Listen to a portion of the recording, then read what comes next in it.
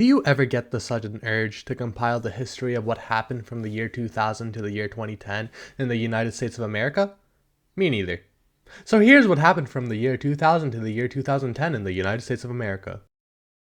The year 2000 was kind of boring in America. I mean, riding off the high in terms of panic, which was Y2K, nothing can really top that. Really, the only notable things that happened were that America Online started procedures to purchase Time Warner for $162 billion, and I guess there was also the election between George Bush and Al Gore. That started.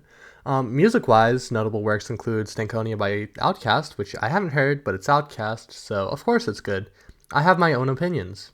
Alongside that, we also have Deltron 3030 by a group whose name you'll never guess, which is, to put it simply, a very fun listen. Remember the election from the year 2000? Well, George Bush won it. Good for him. Aside from that, on January 15th, Wikipedia was released, which is a major milestone in education, and I'm sure that propaganda won't be spread, leading to the platform being banned in classrooms all around the United States. Anyhow, aside from that, the iPod was released on October 23rd. It revolutionized the way music was listened to, which is pretty cool. Speaking of music, on September 11th, 2001, two very notable albums dropped.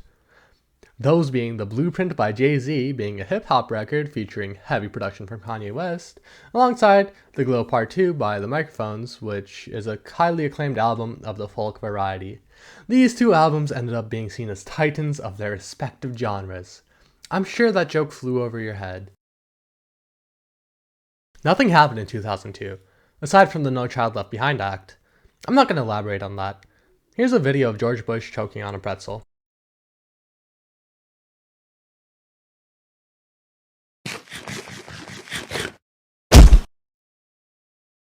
Stuff happened in 2003, but we don't really care about that. I mean, I guess the US Department of Homeland Security was established on January 24th, and also there was MySpace, which was made on August 1st, being a staple throughout the 2000s, but not much further than that. Music-wise, notable albums include Get Rich or Die Trying by 50 Cent, which I haven't heard, but the hits on the album sound good, so it's probably good. Jay-Z released his supposed retirement album known as the Black Album. I haven't heard it, but people say it's good, so it probably is. I have my own opinions. Alongside that, we also have Velocity Design Comfort by Sweet Trip. It has no cultural significance, or maybe it does have some, but I don't know it at all. But, all that matters is when I listen to it, I become happy. I like to believe that 2004 was quite a major year for pop culture. Now, is that actually the case? I have no idea, since the only things I know that happened in that year were that Facebook was released in February, the DS hit US markets with major financial success, and The College Dropout was released by Kanye West. Or in other words, one of the greatest albums of all time. No glaze, by the way. In 2005, I was born. Well, not really. YouTube was made in 2005. February 14th specifically.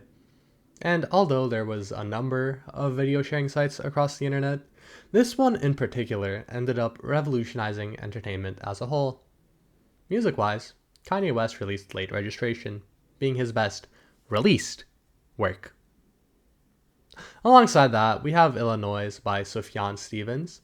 Personally, I haven't heard it, but with song titles such as The Predatory Wasp of the Palisades is Out to Get Us, it's gotta be a good listen. 2006 started with a massive win for gay people in Maryland, as a judge strikes down a state law banning same-sex marriage. Also, an inhalable version of insulin was approved by the government, seemingly being a cheaper version of insulin. But since I haven't really heard anything about it, I'm guessing it failed or something. Music-wise, 2006 was a great year. I mean, we had Jay Dilla's Donuts, Lupe Fiasco's Food and Liquor, The Roots' Game Theory, and a lot more.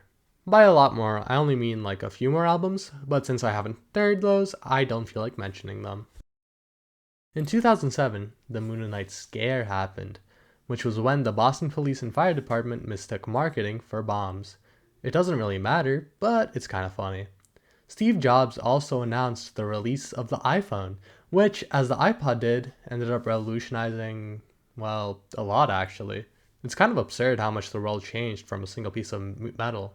Music-wise, Radiohead released their 7th studio album, In Rainbows. Radiohead is a British group. Damn it! I'm sad now.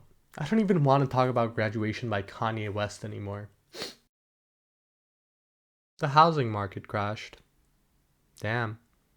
Oh, also, Kanye West released 808s and Heartbreaks following the death of his mother and also the breakup of his partner at the time. This popularized the use of autotune in rap, and it may or may not be one of his most influential works.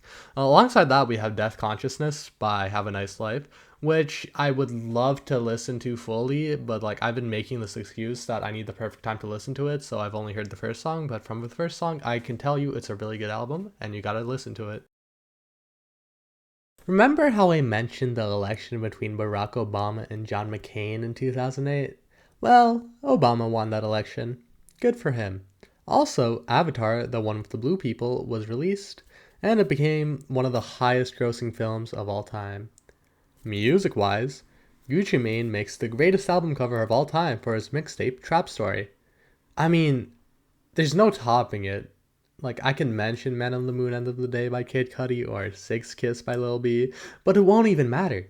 The album cover on Gucci Mane's Trap Story is just way too good.